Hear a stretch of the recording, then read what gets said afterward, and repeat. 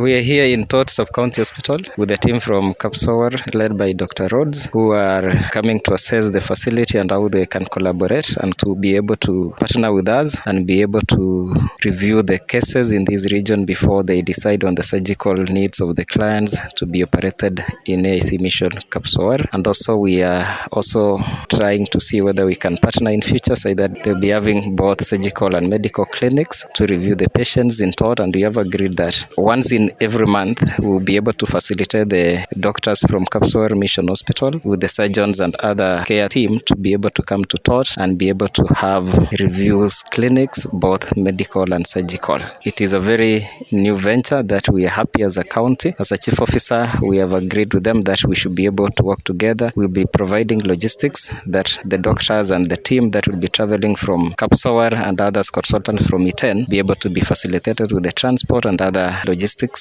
that will be able to travel to Tot in those agreed days in a month. And this will go ahead and will foster a lot of improvement of care for the patients in Tot. It will also be able to provide opportunities for learning for the healthcare workers in Tot, as they'll be learning from the consultants on many case management of both surgical and medical. We're also having a future plan to operationalize Tot theater and have a surgical team in place so that minor cases and also cesarean sections can be done in Tot rather than having those minor cases being referred to either Kapsowar Mission Hospital or Iten County and Referral Hospital. Concerning Tot Hospital, we have major challenges. One is staffing challenges. That is why we have one of the medical officers who is now in school to train as a surgeon. We also have understaffed facility and the needs of the patients may not be met. Another big challenge which the government is trying to address is the security issue, the castle rustling, which has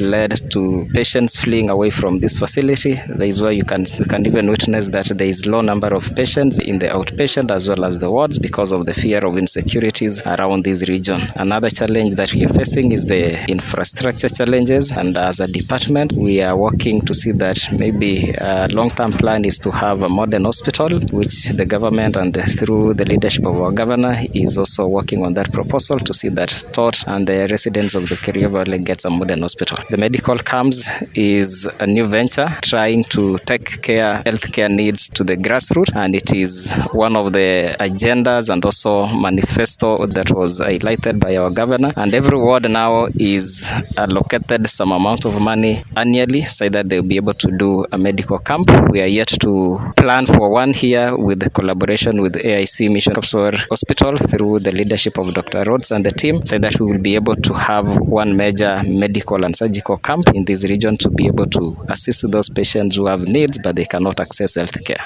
The request to the residents of